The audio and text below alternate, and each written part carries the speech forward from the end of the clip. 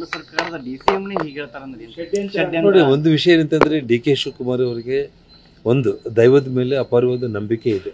ನಾನು ರಾಜಕೀಯ ಬದಿಗಿಟ್ರೆ ನಾವು ಡಿ.ಕೆ. ಶಿವಕುಮಾರ್ ಅವರಿಗೆ ನಮ್ಮ ಹಿಂದೂ ಧರ್ಮದ ಮೇಲೆ ಮತ್ತು ನಮ್ಮ ದೈವಗಳ ಮೇಲೆ, ವಿಶೇಷವಾಗಿ ಧರ್ಮಸ್ಥಳ ಮಂಜುನಾಥನ ಒಂದು ವಿಷಯದಲ್ಲಿ ಆಗಿರ್ಬೋದು ಅವ್ರಿಗೆ ನಂಬಿಕೆ ಮತ್ತು ಒಂದು ವಿಶ್ವಾಸ ಇದೆ. ಹಾಗಾಗಿ ಅವರು ಕೂಡ ಭಾಳ ನೊಂದ್ಕೊಂಡೇ ನಿನ್ನೆ ಅಸೆಂಬ್ಲಿಯಲ್ಲಿ ಕೂಡ ಅವ್ರು ಮಾತಾಡ್ತಾ ಇದ್ರು. ಹಾಗಾಗಿ ನನಗನ್ಸೋ ಮಟ್ಟಿಗೆ ಸರ್ಕಾರ ಅವ್ರು ಮಾಡಿರೋ ತಪ್ಪು ಅವ್ರಿಗೆ ಅರಿವಾಗಿರೋ ಸಂದರ್ಭದಲ್ಲಿ ಭಗವಂತನ ಮುಂದೆ ಹೋಗಿ ನಾವು ಮೊಣಗಾಲ ಮೇಲೆ ಬಿದ್ದು ಸಾಷ್ಟಾಂಗ ನಮಸ್ಕಾರ ಮಾಡಿ ಕ್ಷಮೆ ಕೇಳಿ, ಮಂಜುನಾಥ ನಾವು ಈ ತಪ್ಪೆಸಗಿದ್ದೀವಿ, ನಾವು ಇನ್ನು ಮುಂದೆ ಈ ರಾಜ್ಯಕ್ಕೆ ನಿನ್ನ ಆಶೀರ್ವಾದ ಇರಲಿ, ಸರ್ಕಾರಕ್ಕೂ ಆಶೀರ್ವಾದ ಇರಲಿ, ಜನರಿಗೆ ಒಳ್ಳೆ ಕೆಲಸ ಮಾಡೋದಕ್ಕೆ ಅಂತೇಳಿ ಅವ್ರು ಏನಾದರೂ ಬೇಡ್ಕೊಂಡ್ರೆ ಆ ಭಗವಂತನ ಕೃಪೆ ಇವ್ರ ಮೇಲೆ ಸಿಗುತ್ತೆ. ಇಲ್ಲ ಅಂತಂದರೆ ಆ ಮಂಜುನಾಥನ ಶಾಪನೇ ಇವ್ರನ್ನ ಸರ್ಕಾರದ ಬುಡಕ್ಕೆ ಬರುತ್ತೆ ಅಂತ ನಾನು ಹೇಳ್ತೇನೆ.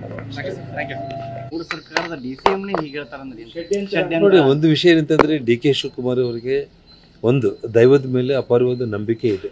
ನಾನು ರಾಜಕೀಯ ಬದಿಗಿಟ್ರೆ ನಾವು ಡಿ.ಕೆ. ಶಿವಕುಮಾರ್ ಅವರಿಗೆ ನಮ್ಮ ಹಿಂದೂ ಧರ್ಮದ ಮೇಲೆ ಮತ್ತು ನಮ್ಮ ದೈವಗಳ ಮೇಲೆ, ವಿಶೇಷವಾಗಿ ಧರ್ಮಸ್ಥಳ ಮಂಜುನಾಥನ ಒಂದು ವಿಷಯದಲ್ಲಿ ಆಗಿರ್ಬೋದು ಅವ್ರಿಗೆ ನಂಬಿಕೆ ಮತ್ತು ಒಂದು ವಿಶ್ವಾಸ ಇದೆ.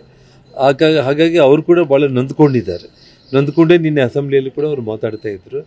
ಹಾಗಾಗಿ ನನಗನ್ಸೋ ಮಟ್ಟಿಗೆ ಸರ್ಕಾರ ಅವ್ರು ಮಾಡಿರೋ ತಪ್ಪು ಅವ್ರಿಗೆ ಅರಿವಾಗಿರೋ ಸಂದರ್ಭದಲ್ಲಿ ಭಗವಂತನ ಮುಂದೆ ಹೋಗಿ ನಾವು ಮೊಣಗಾಲ ಮೇಲೆ ಬಿದ್ದು ಸಾಷ್ಟಾಂಗ ನಮಸ್ಕಾರ ಮಾಡಿ ಕ್ಷಮೆ ಕೇಳಿ, ಮಂಜುನಾಥ ನಾವು ಈ ತಪ್ಪೆಸಗಿದ್ದೀವಿ, ನಾವು ಇನ್ನು ಮುಂದೆ ಈ ರಾಜ್ಯಕ್ಕೆ ನಿನ್ನ ಆಶೀರ್ವಾದ ಇರಲಿ, ಸರ್ಕಾರಕ್ಕೂ ಆಶೀರ್ವಾದ ಇರಲಿ, ಜನರಿಗೆ ಒಳ್ಳೆ ಕೆಲಸ ಮಾಡೋದಕ್ಕೆ ಅಂತೇಳಿ ಅವ್ರು ಏನಾದರೂ ಬೇಡ್ಕೊಂಡ್ರೆ ಆ ಭಗವಂತನ ಕೃಪೆ ಇವ್ರ ಮೇಲೆ ಸಿಗುತ್ತೆ. ಇಲ್ಲ ಅಂತಂದರೆ ಆ ಮಂಜುನಾಥನ ಶಾಪನೇ ಇವ್ರನ್ನ ಸರ್ಕಾರದ ಬುಡಕ್ಕೆ ಬರುತ್ತೆ ಅಂತ ನಾನು ಹೇಳ್ತೇನೆ.